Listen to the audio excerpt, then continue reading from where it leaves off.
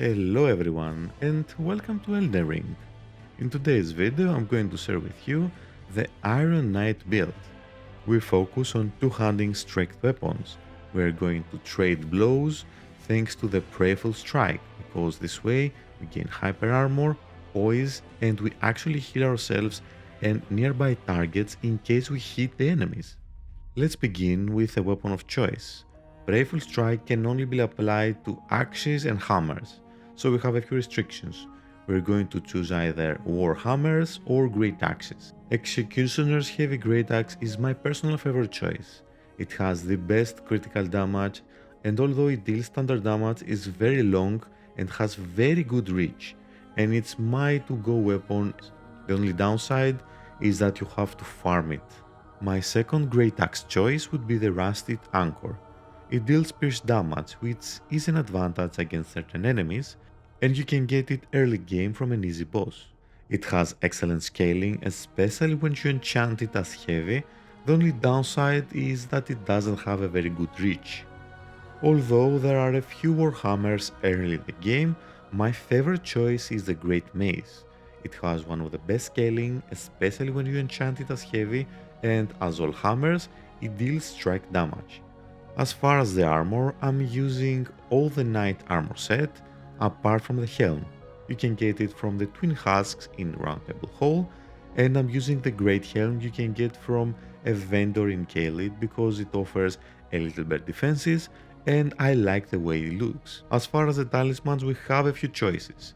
Radagon's Scarcel is my personal favorite. It gives us vigor, endurance, strength, and dexterity. Even dexterity is useful, especially because we're running with a hero class and we don't have any dexterity to meet these minimum requirements for a few weapons, and all the other stats are very useful. The only tradeback is that we take 15% extra damage. However, for early game, the extra hit points we gain, for example now I get 194 extra hit points, so the tradeback doesn't even matter. For the second slot, I do like a few choices. The Carian Filigree Crest reduces the fee consumption of skills. Because we're going to use a lot of the Prayerful Strike, this will make it cost 5 less FP, which is a huge advantage. We only have 65 base FP, so instead of using it 3 times, we can use it 4 times. The Claw Talisman is a good alternative because it enhances jump attacks by 15%, so you can open with a jump heavy attack and follow up with a Prayerful Strike. Green Turtle Talisman is also a good alternative because we're using a lot of stamina, especially with Prayerful Strike. Erdre's Favor is always a good choice, extra hit points, stamina and equip load. However, if we find even heavier armor, the Arsenal Charm can make a huge difference. Star Scourge Hailorm is a very good choice until we reach the soft cap for strength. You can either use it in other slot if you want more strength or more damage, or if you don't want to go with a Radagon's Scarcel. Apart from the Prayerful Strike, we're using a dagger with Golden Vow. This further increases our damage and defense and is an excellent choice, especially against bosses. It lasts for 45 seconds. It can buff yourself and allies, including your summons. As you can see in the background, both damage and defense increase is quite substantial, and for the duration it's excellent against bosses or very hard enemies.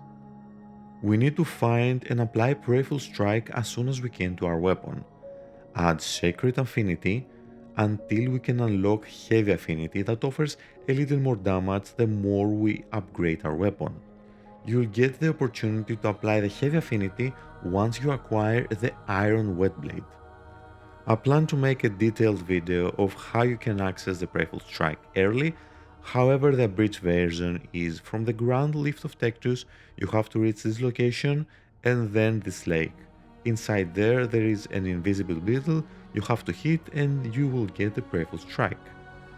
There is also an upcoming video for all the weapons I have mentioned in the video, as well as more options for great hammers, great axes, and even more weapon options for early game. Let's have a closer look at some additional items and options for the build.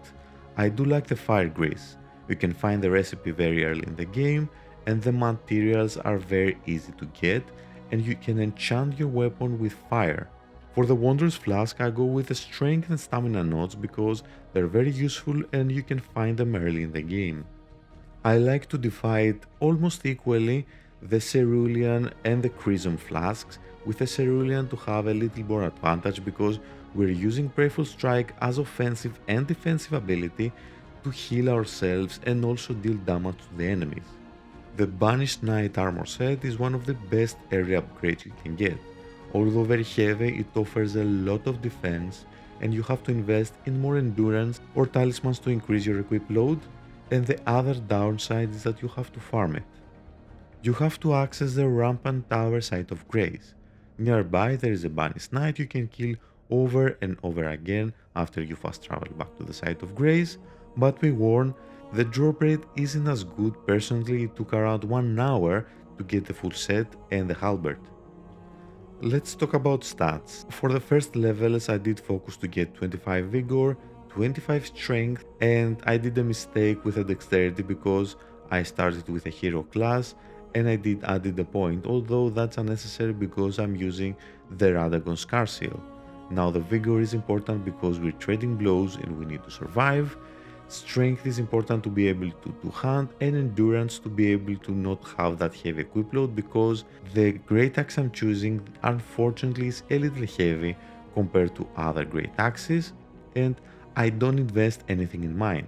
Having 65 AP, we can use 3 times the Prayerful Strike or 4 times if you're using the Talisman. I'm not going probably to upgrade mind any further.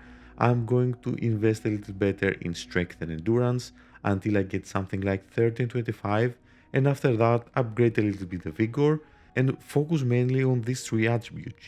Prayerful Strike is so powerful that, beside everything else, can also stagger bigger enemies and give you an opportunity to do follow-up attacks and another Prayerful Strike.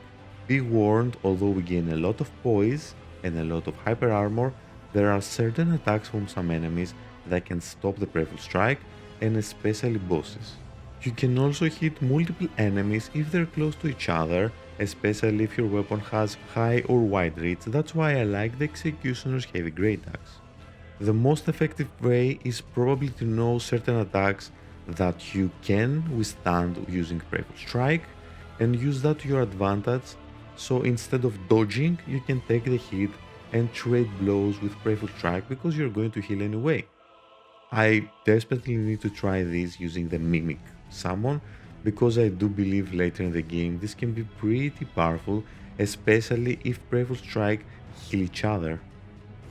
And that was it for today's build. I really hope this video will help you make your own version of the Iron Knight build. Thank you very much for taking the time to watch it, and an extra thank you in case you stick around until the end. Feel free to like and subscribe so you can stay tuned for more upcoming videos for Elden Ring and other video games, and as always I wish you all a wonderful day.